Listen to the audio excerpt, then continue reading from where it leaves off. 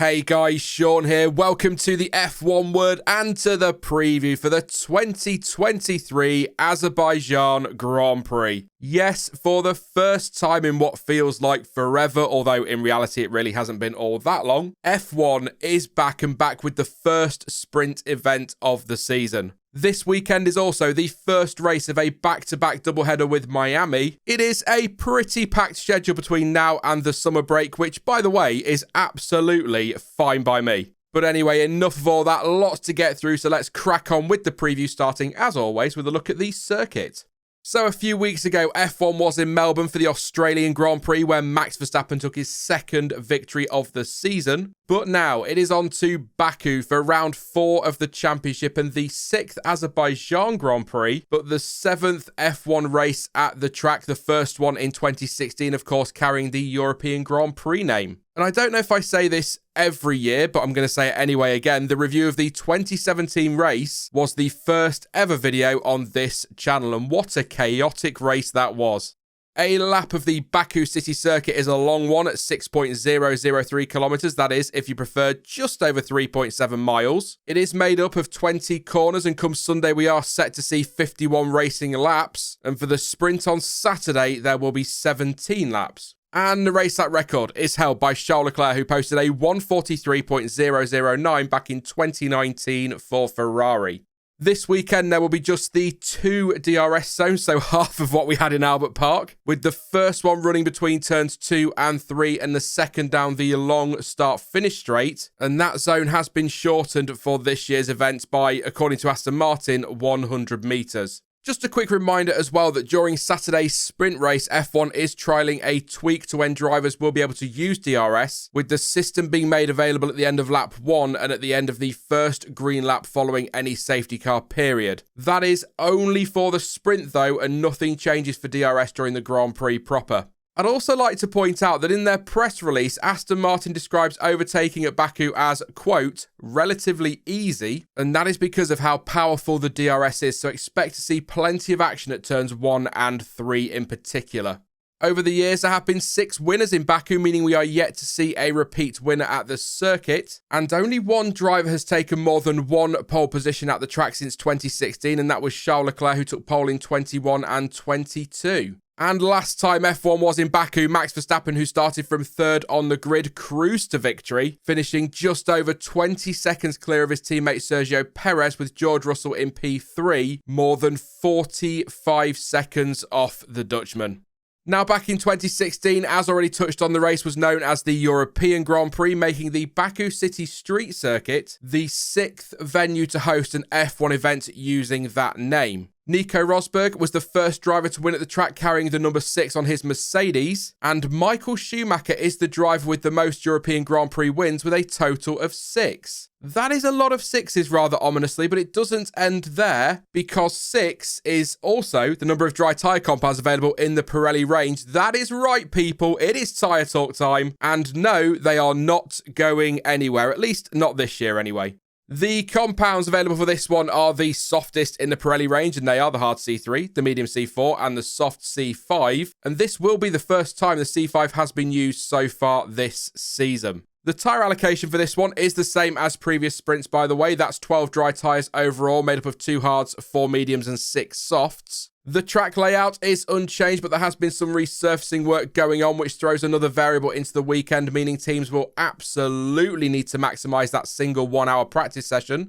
Now, last year's winning strategy was a 2-stopper, with Max Verstappen starting on the mediums, pitting to fit the hards on lap 18, and then pitting again for another set of the hard C3s under the virtual safety car on lap 33 to take him to the end of the race. The 1-stopper was possible in 2022, with 8 drivers making it work, and this year, with the race being held a little bit earlier in the season than in recent years, temperatures are expected to be lower, so we'll see what impact that has on strategy. I'm sure, though, that teams will, as always, aim for just the 1-stop strategy. The fastest pit stop last year was by Alpine, as they serviced Alonso's car in 2.74 seconds, and the overall pit lane lost time last year was mostly between around 20 and 22 seconds. The safety car is, perhaps unsurprisingly, very likely to make an appearance this weekend, and in the 6 races held so far at the track, there have been 7 safety cars, 2 red flags, and 3 virtual safety cars. It can get a little bit hectic at times in Baku, and that could all play a huge part in strategy on Sunday. At time of recording, which is Wednesday afternoon, as always, the weather forecast is looking warm and sunny for the whole weekend, really. So, drive for FP1 and qualifying on Friday with highs for the quali session currently expected to hit around 21 degrees. Both sprint events on Saturday are also set to stay dry with highs for the sprint race expected to reach 24 degrees. And when it comes to the race proper on Sunday, again, it should stay dry with highs of around 25 degrees. And your schedule for this one has a new look thanks to the changes made to the sprint weekend format. I'm not going to go into it properly in this preview again, but if you would like a proper look at how this weekend will work and hear my thoughts and, quite frankly, my waffling about it all, then check out the video I did on Tuesday, which I will link in the top right of the screen now and in the description of this video. But anyway, the weekend kicks off as always on Friday with FP1, and that is from 10:30 AM BST. And as I've already touched on, that is the only practice session for the whole event. It could be a busy morning. That is followed by qualifying for Sunday's race at 2 PM later that same day. The brand new Sprint Shootout, which is the same as normal qualifying but shorter and sets the grid for the sprint, is from 9:30 AM on Saturday, with the sprint race itself starting at 2:30 PM. And a reminder that the sprint will no longer set the grid for Sunday's race. It is now a standalone event. And on Sunday, it is lights out for the Grand Prix proper from midday, and once again, that is in UK time. And although I won't go into massive detail about it all, this is how the Sprint Shootout will work very briefly. Q1 will be just 12 minutes long, Q2 will last for 10 minutes, and the top 10 shootout in Q3 will last for just 8 minutes. Drivers will have to use medium tyres in Q1 and Q2 and soft tyres in Q3. The session sets the grid for Saturday afternoon's sprint race, and drivers will get an extra internal combustion engine turbo MGUH and MGUK for the season, taking their total penalty-free allocation for those parts from 3 to 4. Like I say, if you want all the other info, I've already done a video on that, so feel free to check that one out if you have the time. If not, those were the basics of the new session. Still to come, I'll make my usual round of race weekend predictions, but before we get to those, a few things have happened since the last race in Australia, so I just wanted to bring you up to speed on some of those ahead of the event in Baku.